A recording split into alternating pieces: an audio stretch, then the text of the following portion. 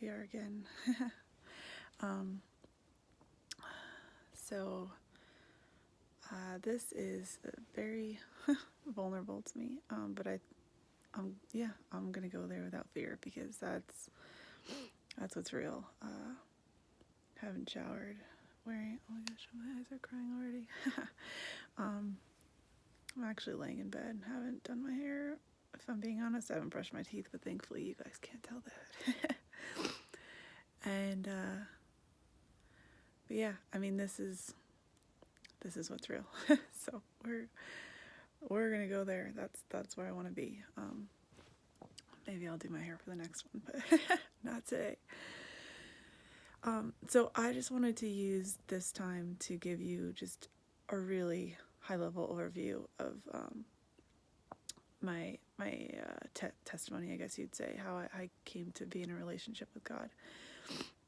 So you can kind of see where I'm starting from and where I've been and where I'm knowing that God will take me. So I grew up Catholic, and what I don't know, till maybe like 11 or 12. I don't really know. But mainly growing up, church was just, whatever we did on something we did on Sunday, full of rules. God was in the sky, making sure that I didn't do anything wrong, that I'd still get presents for Christmas. I don't know. And yeah, so that's all God was to me. Really had no interest in him. I saw a lot of hypocrisy in the church, and it was just religion, and it wasn't something that was relevant to my life. Or maybe I believed in God to go to heaven after life, because that's what you think about, right? Is you live in your life now, what happens when you die? That's the big question. So I would say maybe I believed in God from that perspective of like, oh, when I die, I want to go to heaven, or hope for heaven. That was about it, though. And what I found is that knowing now what I know now, we were made by God, for God, which is so cool. We search for meaning in so many ways in this life, but the truth is that God made you solely to be loved by Him, which is amazing. But if you don't know that you're loved by Him, or you don't know His, and you've never experienced His love, then there's a God, like some people say, a God-sized hole in your heart, and I found that to be very true. Just something in my heart that was yearning for something that I didn't know what it was or what it looked like, but it needed to be filled. And so I would say that I sought for that to be filled in relationships, romantic relationships, and whatever that means when you're 15. I'm not going to go into it, but just validation of my worth and that I'm loved from boys, really. And it's not, has nothing to do with how I was raised. Like, my parents were awesome, loved me well. It just, it's just not having God. And you look for that, people look for that in all different kinds of ways. We're all seeking something. But that's what it was for me. And so, I just lived my teenage years and my early 20s in that state. And that doesn't look good. I'm not going to go into the details, but it just, it's not good, as you can probably imagine. And I ended up way more empty than I started, because no man can ever fill that. No man can ever be that for you. So things started changing when I was in my early 20s. I dated a guy named Sam who was really awesome, and he went to church every week. And so I started Catholic church. So I started going back to church just, because that was something that was important to him. And we dated for, I think, maybe like 3 years or so. So during that time I was going to church, but I wouldn't say it really changed my heart. It was more like, oh wow, I've been doing things wrong for a long time. I'm kind of a terrible person, and I want to be better. So it was more just kind of going back to religion, of I feel like I need to do things better. I'm a terrible person. And that, as I learned, is, that's work. So you can't, that's not what God's about. God gives freely, and you don't have to work for it. But I was working for it. So it didn't change anything in my heart. I was still just as unhappy and lost as I ever was. But what happened was, I think when I was 25-ish, Sam broke up with me, and that was devastating to me. Not so much, I mean, obviously, like, losing a friend and a boyfriend, very hard. But what really, really just absolutely crushed my spirit is all my hope was in that relationship.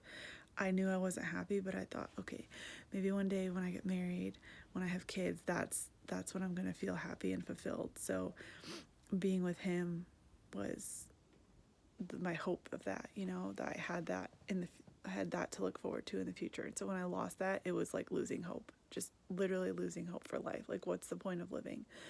I'm depressed. I'm not happy. Like, I'm not joyful. I don't actually enjoy being alive. It's hard and I hate it. And so losing him was like losing the hope of that ever changing. So it put me in a really dark place of like, wow, if this is what life is, I actually don't want it. I don't want it. What's the point? And I think that's somewhere a lot of people end up. Maybe not through a breakup with a boy or a girl, if you're a boy, but through whatever you were searching, realizing that either that's not going to happen or that's not actually going to fulfill you. You kind of reach a crossroads where it's like, wow, if this is all life is it worth living? And, we see that a lot of people, who commit suicide, and mentally I was there. I understand what that hopeless feeling feels like. And thank God there was a part of me that still hoped in God. Even though I don't know that I saw it, but there's part of me that wouldn't let me go there, wouldn't let myself go there. And so what happened was I had signed up to go to a women's retreat at the church, the Catholic church. We were going to like a couple months prior, and then the retreat ended up being just a few days after Sam and I broke up. So I went to this retreat, met people that love Jesus. They actually love Jesus. And I had never, I don't think, met somebody who just, oh man, really loved Jesus. And so I saw God's love in somebody for the first time, and I didn't realize that's what I was seeing, but that's what I was seeing.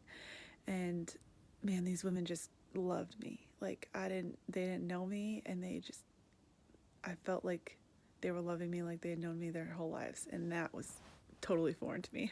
Who are you people? You're amazing. I've never experienced love like this. And so the retreat ended up being just them sharing their testimonies. And so one by one, they get up and they start telling their testimony of what either they're going through or what they've been through. And wow, they were going through terrible things. I mean, like cancer or kids committing suicide, just like real, actually hard things. And I remember sitting there in my chair thinking, wow, I can't function because a boy broke up with me. And these women are going through real things. They have actual problems. And yet they are the most joyful, loving women I've ever met in my entire life. And I could not reconcile those two facts. Like, how can you go through that and yet still be in this place of so joyful and so loving and so hopeful? And they're telling me that it's Jesus. and in that moment, all of my, religious teachings would have said otherwise, of like, God's some, I don't know, man up in the sky that doesn't really have any involvement in my life. But in that moment, I could not deny the fact that there was something in it, because I could see it. These women had something, and I wanted it. Not that more than that, I needed it. I needed what they had. And they're telling me it's a relationship with Jesus. So okay. So get to the end of the retreat, and they give us a bag full of letters that they had reached out to your emergency contact and got all these people, like your friends and your family, to write you encouraging letters, and then they had also written letters. So I went to my car and I started reading these letters, and I was just undone. Undone. So much love from strangers I didn't know that had been praying for me for months, unbeknownst to me. And also letters from my friends and family that were just, man, I just felt really loved. And so in that moment, I'll just give you a quick backstory. I was super superstitious.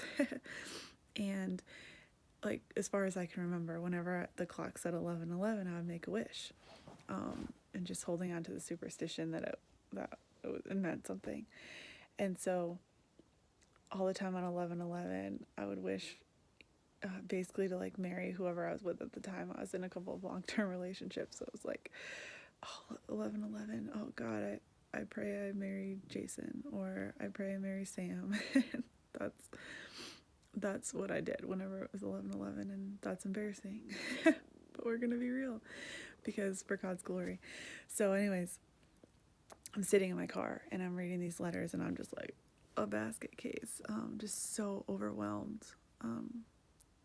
And in that moment I said out loud, I said, okay, all right, God, if you're real, I literally said this, if you're somewhere up in the sky, I need you to come and do this life for me. I give up. I give up. I'm trying so hard, and I'm failing in every way. In my career, I was just totally failing. I tried so hard, got 3 degrees and still doing nothing. And in my relationship, I'm trying so hard, and it's gone. It's just gone. And I'm tired of trying. I clearly can't do it. And so I need you to come do it for me. I need you to come change it, or I'm done. I'm done. If this is what life is, I don't want it, and I'm out. And so I say this, I'm just crying, and I look up, and my clock says 11:11. And I just started laughing. I went from like bawling to just laughing, because for anybody who knows me, humor is my love language.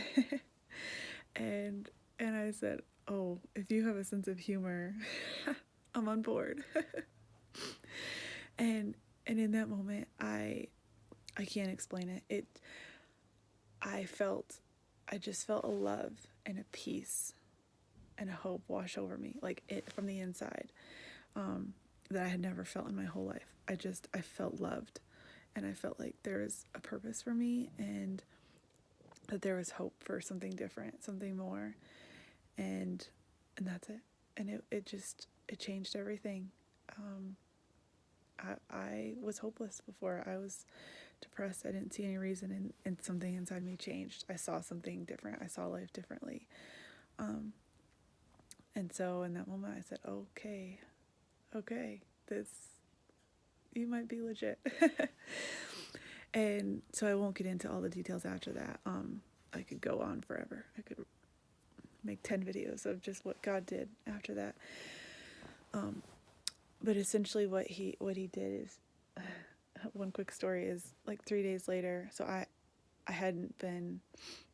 was living in Atlanta at the time, and with breaking up with Sam, I just needed to get out of Atlanta at that moment, and be somewhere else. So it was either I had family in either New York or Florida, and I didn't know how I was going to do it. I just knew that I needed to leave. And so 3 days later, after that, I got a call from somebody that I had gone to school with, essentially just offering me a job in Florida. Like, didn't have to interview, just in the field that I was trying to be in. There's a job here if you want it. You can start next week. So that was totally God. And that's what happened. So I moved back to Florida, and that started a season of really just being in the wilderness with God, as we would say as Christians, where it was just him and I. He took me out alone with just him, and he loved me. He loved me whole again. So many testimonies. Maybe I'll share some, throughout this journey, but just so many crazy things that he did in my life and in my heart. And he just took me from a broken person to a whole person through nothing that I did. All I did was say, God, I want you. And he said, I think about it. So for any of you Disney fans, you'll appreciate this. What my experience in saying yes to God was like when Aladdin is sinking to the bottom of the ocean, and the guy's tied him up and he's sinking to the bottom of the ocean, and the genie comes out. He's like, "Hey, oh, what's going on? We're in trouble." As he realizes Aladdin's dying at the bottom of the ocean, and the genie says, I can't do anything unless you make a wish. You have to wish for it. And Aladdin's head moves in the current, and it just like, do you want to, like, I forget what he says, like, if you want to, do you want me to save your life or something? And Aladdin's head moves in the current up and down, up and down, and he's like, I'll take that as a yes. And then he saves him. And that's what I feel like saying yes to God was like for me, and I think it could be like for everybody, where I didn't really know. I knew what I wanted and what I needed, but I didn't really know, and it was just this little tiny turn in my heart that was like, yes, I think so. But what I've learned about God is God does not force us. It's a choice. He gave us freedom, and everything with him is an invitation, and he wants it so bad for us. He wants to come into your life, and he wants to bring you into the fullness, not just to get to heaven, like for sure, knowing God is about eternity with him, absolutely, but it's more than that. It's about living in that now while we're here in life, into the freedom and the love that he's created us for. And he wants that for us so badly, but he's not going to force it, because what is love if you force somebody to love you? It's a choice. And so that day I made a choice of, actually, God, I want you, if you're real. And man, he took that and he ran with it. He changed everything. So I'll go into that probably throughout this at some points. He's done so many amazing things I'd love to share with you. But yeah, so that's what the past 6 years have been for me. About 3 years ago, I got Guillain-Barré, which, so I don't know if I noticed it. I don't know if anyone else notices it, but like this side of my face just doesn't like work the same as this side. And that's from when I got sick with Guillain-Barré, but essentially the short version of that is I went from completely healthy at 28 years old to thought I was dying, couldn't do anything, couldn't walk, couldn't go to the bathroom, couldn't, I spent a couple weeks in ICU, so it just lost my health, essentially. So that was huge. That was an amazing, I guess, turn in my faith, where I realized, wow, actually, I knew God was real, but that was when God became really, really, really real. When it feels like you're pretty much losing everything, and then all you've got is God, that's when it's either he's real or he's not real. And he was real. He was so real. Man, he was so awesome that I felt more alive losing everything than I ever had having the things that I thought I wanted. So again, wow, I'm at 18 minutes, so I'm gonna stop babbling. I'll tell you about that another time. But yeah, so what I'd say a year ago, I started, I felt like I was in a good place as far as I'm trusting God, I'm living my life for him, but it feels like there's more. It feels like there's a lot more. And I don't know what that looks like, but I got that feeling in my heart again of like, oh God, this can't be all there is. There's got to be more. And so about a year ago, I started saying, show me what it is. Take me there. whatever it is I'm holding on to that's keeping me just kind of, I felt like I'd gotten to a steady place, and I don't ever want to be steady. I want to keep going. So I was like, whatever's keeping me here and not letting me get to where you want to take me, get rid of it, clear it out in me, and show me what this more is. And so that's the adventure. I started praying for an adventure with God, and I'll tell you more about how that turns out. Really good, but hard.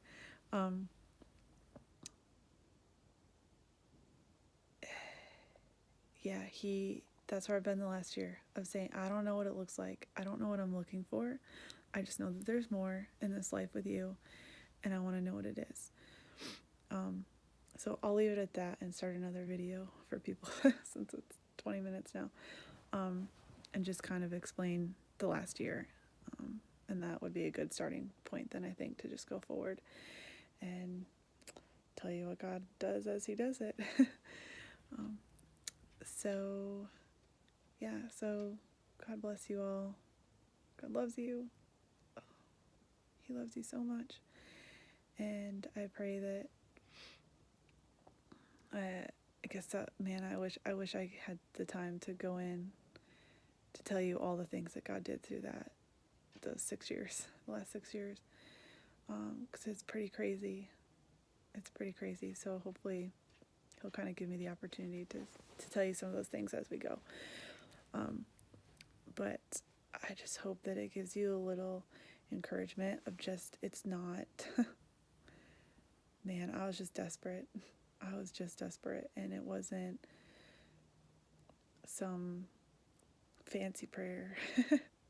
I don't even know that I knew what prayer was, really. It was an honest to God cry from my heart to God.